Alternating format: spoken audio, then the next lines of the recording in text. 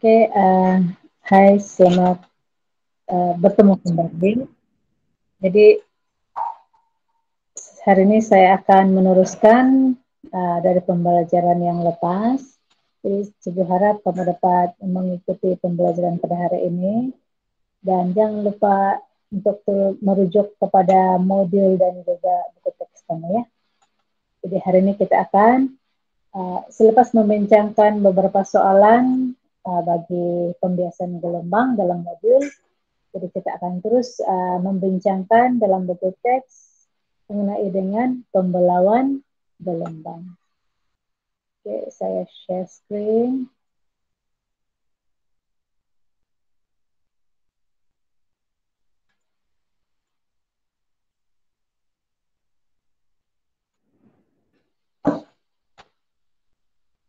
Oke, Cikgu harap kamu rujuk dalam modul kamu ya.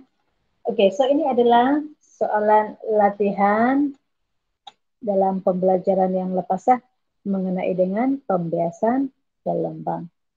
Oke, jadi memang modul yang Cikgu ada pun dengan yang original dia memang tidak jelas ya. Jadi saya kasih jelas. Jadi ini adalah kedalaman kawasan X. Oke, kedalaman kawasan X. Dan yang ini adalah kedalaman kawasan Y. Oke. So kita tengok soalan. Dalam rajah di bawah menunjukkan pandangan sisi dua buah tangki ria. Jadi apabila Swiss motor dihidupkan, gelombang air dengan frekuensi yang sama, oke, frekuensi yang sama dihasilkan, oke. Jadi ini kita nampak kawasan X dia punya kedalaman lebih berbanding kedalaman kawasan Y. Dan kemudian dalam gambar raja yang X, yang seterusnya, kita kalau kamu kasih jelas dia, lukis dia. Oke, kalau kamu kasih jelas dia, nih, nampak, ini adalah kawasan X. Kemudian yang ini adalah, ini kawasan Y ya. Oke, ini kawasan Y. Oke, terus kita lihat merujuk kepada soalan lain lah. Oke, soalan yang pertama, apakah yang dimaksudkan dengan frekuensi? Jadi apakah yang dimaksudkan dari frekuensi adalah bilangan ayunan lengkap dalam sesaat ya. Dalam sesaat. Oke. Jadi itu adalah frekuensi. Kalau tempo pula adalah bilangan ayunan, tempo adalah masa yang diambil untuk melengkapkan satu ayunan lengkap. Itu adalah tempo. Jadi kalau frekuensi bilangan ayunan lengkap dalam sesaat. Oke, mari kita lihat soalan yang ke E. Oke, soalan yang ke E. Soalan begini dia akan selalu keluar dalam bagian kertas 2 ya. Di mana kamu perlu membuat perbandingan. Oke. Oke. Dalam soalan yang kedua ini, yang pertama, bandingkan kedalaman air di kawasan X dan kawasan Y. Jadi soalan dia tanya adalah kedalaman. Jadi kalau kita cek kedalaman, nih, kedalaman di X lebih daripada kedalaman di Y. Oke, jadi cara kita mau tulis, sama ada kamu tulis kawasan kedalaman kawasan X lebih tinggi. Oke, itu pun boleh. Ataupun kedalaman kawasan X lebih daripada kawasan Y. pun boleh diterima ya. Ataupun mungkin kamu tulis X lebih dalam pun boleh. Oke. Jangan saja kamu tulis dia bentuk begini ya. Kedalaman X nih lebih kurang sama. Kamu pergi letak yang ini, nah tanda sama di bawah Y. Jadi maka jawaban kamu salah. Tidak boleh diterima ya. Oke, soalan yang kedua. Bandingkan panjang gelombang di kawasan X dan kawasan Y. Panjang gelombang. Oke. So, kalau kita tengok nih, dengan yang nih, sebab ini adalah dia punya panjang gelombang. Ini panjang gelombang Y, ini adalah panjang gelombang X. Yang nih, panjang gelombang. Jadi kalau kita perhatikan, panjang gelombang di X itu lebih panjang daripada panjang gelombang di Y. Oke, sebab kita mau bandingkan. Oke, jadi kita boleh jawab, panjang gelombang X lebih daripada panjang gelombang Y. Boleh. Ataupun kamu tulis dalam bentuk ayat, panjang gelombang di kawasan X lebih daripada panjang gelombang di Y pun boleh. Ataupun mungkin kamu tulis panjang gelombang X lebih panjang pun boleh. Jadi sebab marka yang diberi pun adalah satu marka, jadi kamu tidak perlu terang dalam bentuk ayat yang berjela-jela. Oke, soalan yang ketiga. Hubung kait kedalaman dengan panjang gelombang. Kait kedalaman dengan panjang gelombang. Jadi ini kamu mesti buat dia dalam bentuk hubungan. Oke. Oke. Kedalaman air. Jadi kawasan X adalah lebih dalam. Dan panjang gelombang X juga lebih dalam. Jadi kita kaitkan kedua-dua ini. Jadi kita kaitkan kedua, sebab sini pun dia sudah sebut kedalaman air dengan panjang gelombang. Jadi cara kita membuat hubungan adalah semakin bertambah kedalaman air, semakin bertambah panjang gelombang. Oke, jadi ini adalah cara yang paling mudah untuk kita membuat hubung kait. Oke. Dan yang keempat sini dia bagi satu marka, namakan fenomena gelombang yang terlibat. Jadi kamu hanya perlu namakan yaitu pembiasan gelombang. Oke. Jadi cikgu harap kamu cek jawaban modul kamu dan buat pembetulan ya. Oke, ada soalan lagi. Kita tengok soalan yang kedua.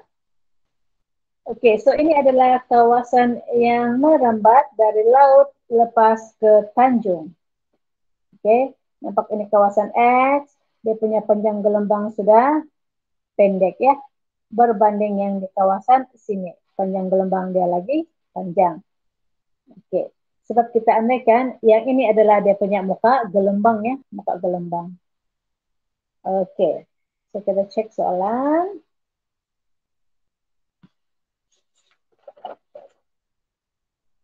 Terangkan mengapa corak gelombang bertanda X berbeza dengan corak gelombang bertanda Y. Jadi sini dia sudah bagi dua marka ya. Jadi kalau dia bagi dua marka, jadi kita boleh buat 2 poin lah. Okey. Satu adalah X itu adalah lebih cetek. Maksudnya dia adalah kawasan yang kurang dalam berbanding di Y. Jadi lebih cetek daripada Y. Okey. Dan kemudian panjang gelombang Y lebih daripada panjang gelombang X. Jadi apa lagi yang kita boleh tambah? Sebab kadang-kadang kalau kamu bagi 2 poin, kalau 1 poin salah, jadi kamu masih lagi hilang 1 poin. Jadi sebenarnya kamu boleh tambah 1 poin. Okey. Untuk 1 poin iaitu laju gelombang. Frekuensi darab dengan panjang gelombang. Frekuensi kita anggap dia sama, tidak berubah sebab dia adalah dari satu sumber. Okey. Jadi hanya panjang gelombang dan laju gelombang yang akan berubah. Jadi kalau kawasan yang dalam, panjang gelombang dia adalah tinggi, maka laju gelombang juga adalah tinggi. Jadi mana yang panjang gelombang panjang adalah di kawasan Y. Maka kita tahu laju gelombang di kawasan Y juga adalah tinggi. Jadi kita nyatakan sini laju gelombang di Y adalah lebih tinggi daripada laju gelombang di X. Jadi kamu boleh bagi jawapan dalam bentuk simbol. Lebih, kurang, jangan saja lebih, kurang, dan sama. Ini tidak boleh terima ya. So itu adalah jawapan bagi modul. Oke, so saya teruskan dengan pembelajaran yang seterusnya, yaitu pembelauan gelombang. Oke. Jadi Ibu harap kamu rujuk dalam buku teks kamu. Oke. Pembelauan gelombang. Jadi sini adalah benteng di bahagian Marang Terengganu. Jadi maksudnya sini pembelauan gelombang untuk membolehkan muka gelombang air laut berubah dari kawasan E kepada muka gelombang membulat di kawasan B. Jadi maksudnya keadaan ini boleh menyebabkan ataupun menunjukkan bahawa gelombang air laut mengalami penyebaran semasa rambat melalui celah pada benteng. Jadi itu yang kita panggil dia sebagai pembelauan gelombang. Maksudnya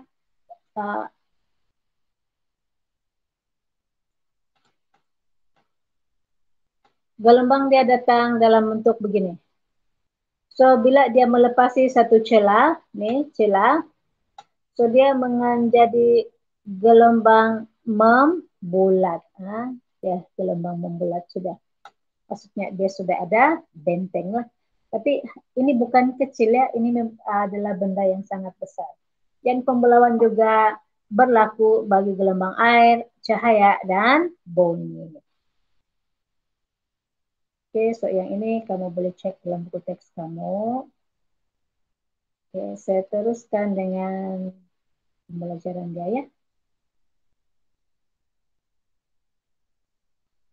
Oke, pembelauan gelombang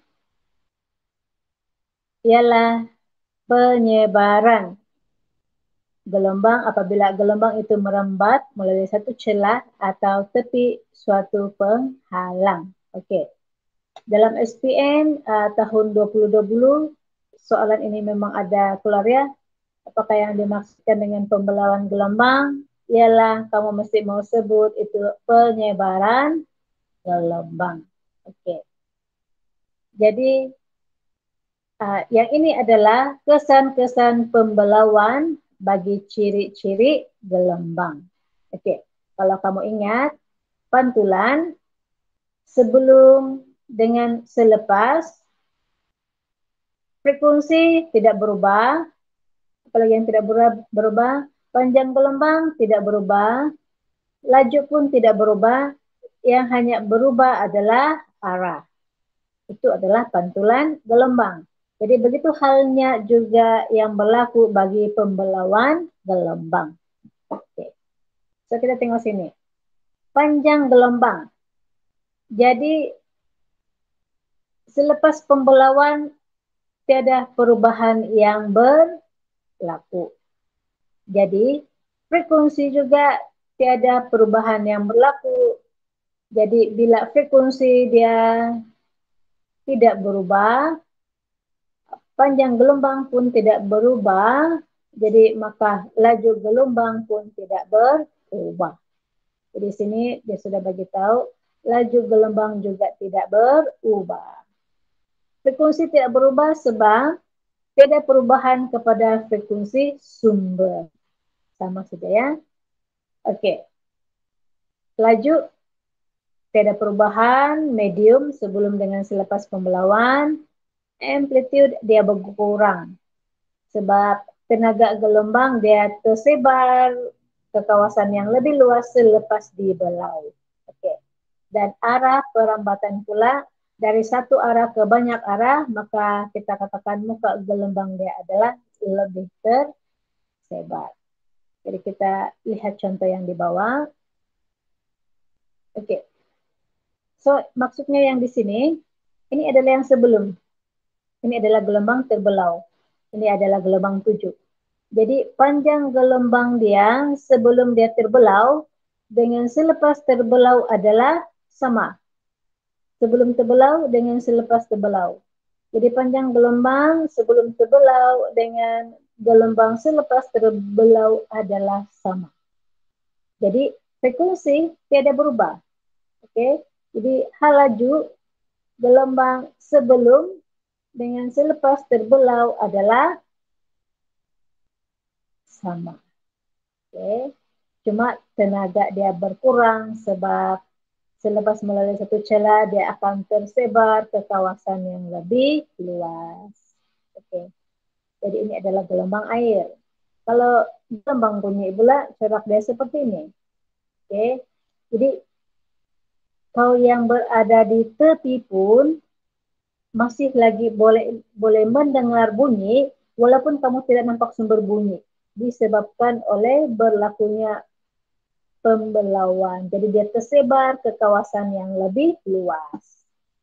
Ataupun mungkin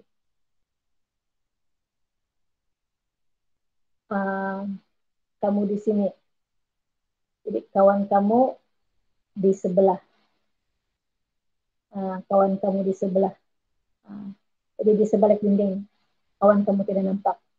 Tetapi kamu mendengar kawan kamu mungkin cakap-cakap ataupun puji-puji kamu.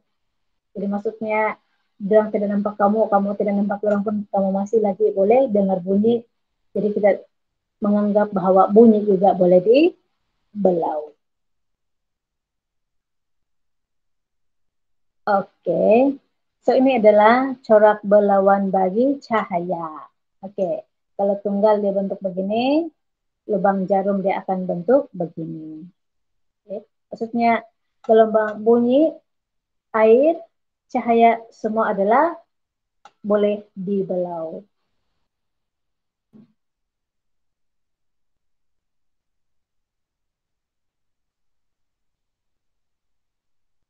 Oke. Saya kecilkan. Saya nampak ya. Oke, so yang ini adalah dalam muka surat yang seterusnya dalam buku teks kamu yaitu muka surat 207. Sini kamu akan nampak kesan size celah dan panjang gelombang ke atas corak pembelauan gelombang. Oke, so sini adalah ini vektor. Yang ditetap sini adalah panjang gelombang. Panjang gelombang. Maksudnya panjang gelombang yang ini dengan yang di bawah panjang gelombang dia adalah sama. Oke, panjang gelombang dia sama. Cuma yang membezakan adalah celah sempit dengan celah lebar. Ini celah lebar. Ini celah sempit. Oke, kita tengok di sini. So, bila bagi case panjang gelombang yang tetap, bila celah dia ada lebar, Jadi kesan pembelauan dia itu kita katakan kurang ketara. Sebab dia tidak, dia punya keluasan tidak merambat kepada kawasan yang lebih lah. Kalau kita tengok bahagian celah sempit, jadi seolah-olah pembelauan gelombang itu ke kawasan yang lebih luas. Jadi kita katakan kesan pembelauan dia lebih ketara. Oke. Kita tengok faktor yang kedua. Ini adalah bila mana saiz celah adalah tetap. Oke, saiz celah dia adalah sama. Cuma yang berbeza adalah panjang gelombang. Satu panjang gelombang yang panjang dan satu lagi adalah panjang gelombang yang pendek. Kita tengok bila panjang gelombang dia pendek. Oke, panjang gelombang dia pendek. Jadi selepas melalui satu celah, seolah-olah dia kurang ketara. Pembelauan dia kurang ketara. Jadi bila panjang gelombang dia panjang, setelah melalui celah yang sama saiz, so dia lebih tersebar ke kawasan yang lebih luas. Jadi kita katakan kesan pembelauan bagi panjang gelombang yang panjang dan saiz celah yang tetap adalah lebih ketara, lebih terbelau lah.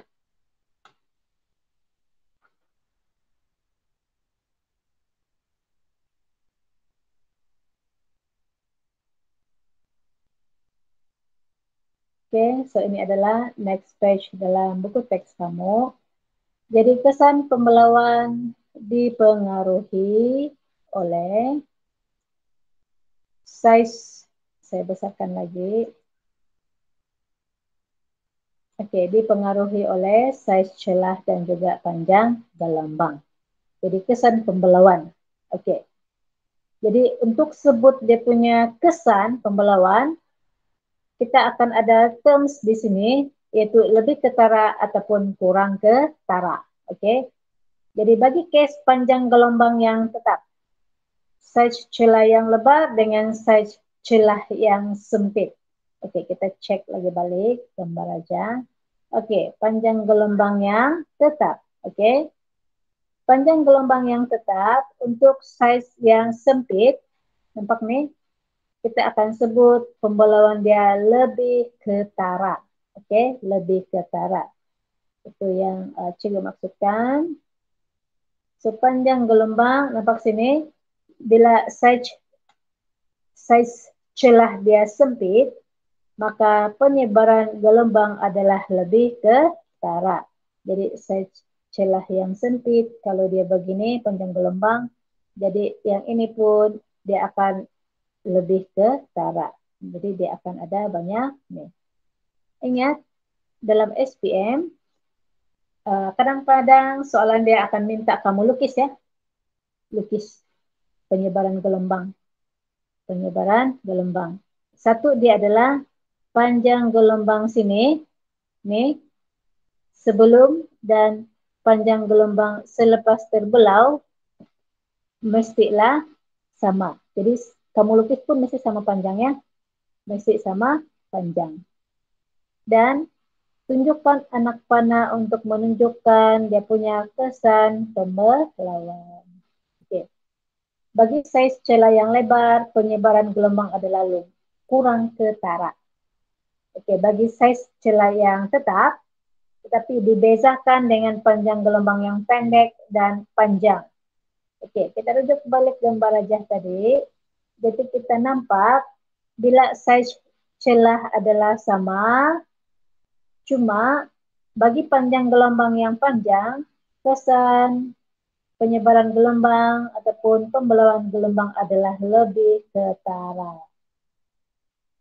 So, nampaklah di sini, bagi panjang gelombang yang panjang, penyebaran gelombang adalah lebih ketara berbanding dengan panjang gelombang yang pendek, penyebaran gelombang adalah kurang ketara.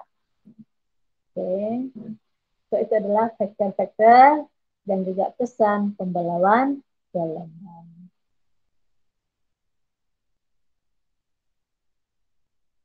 So, yang ini adalah pembelawan gelombang dalam kehidupan harian. Oke.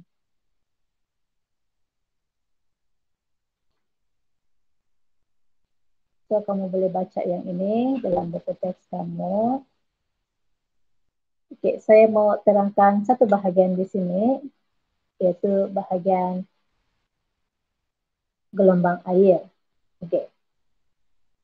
Hmm,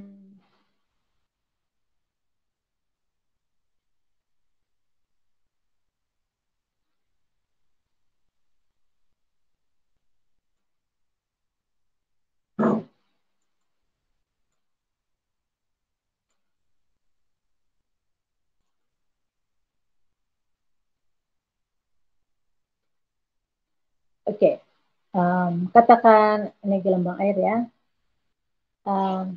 Katakan kamu ada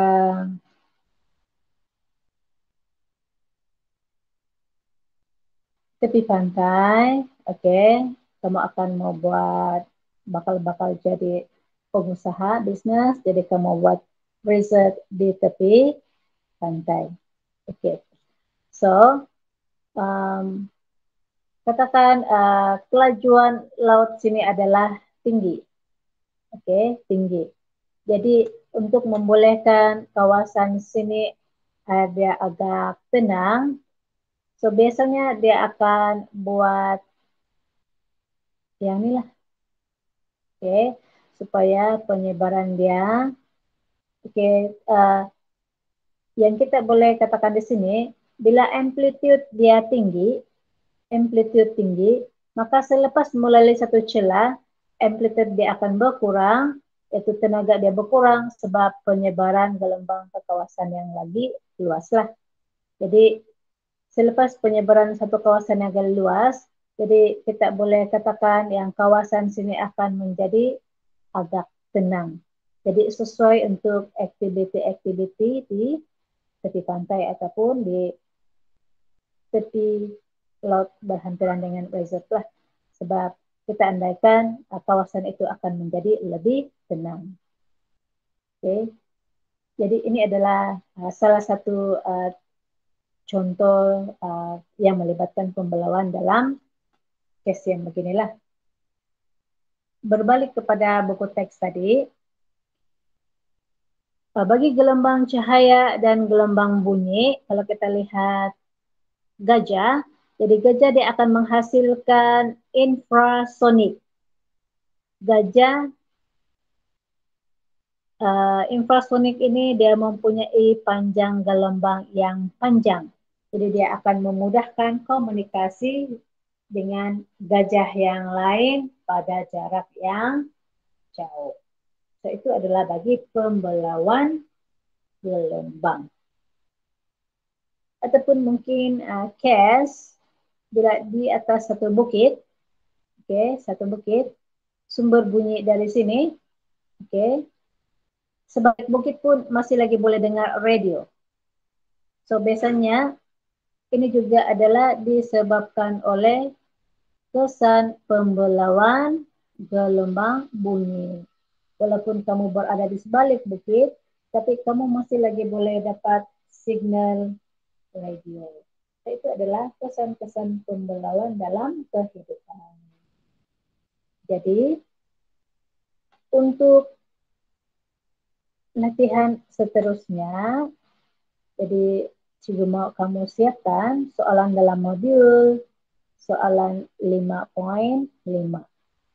Ini adalah pelabuhan mengenai pembelauan juga, jadi kamu perlu lukis juga. Oh, yang soalan seterusnya ini adalah inference gelombangnya. Jadi hanya satu latihan saja, yaitu 5.5.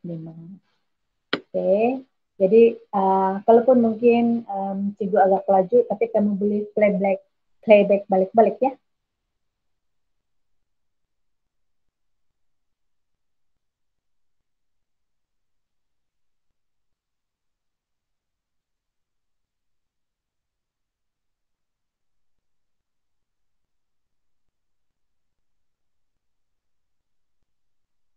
Oke, setakat itu saja untuk pembelajaran kali ini. Jadi siapkan modul dan coba pahami apa yang kita coba pelajari pada hari ini. So that's all from now. See you soon. Okay, thank you.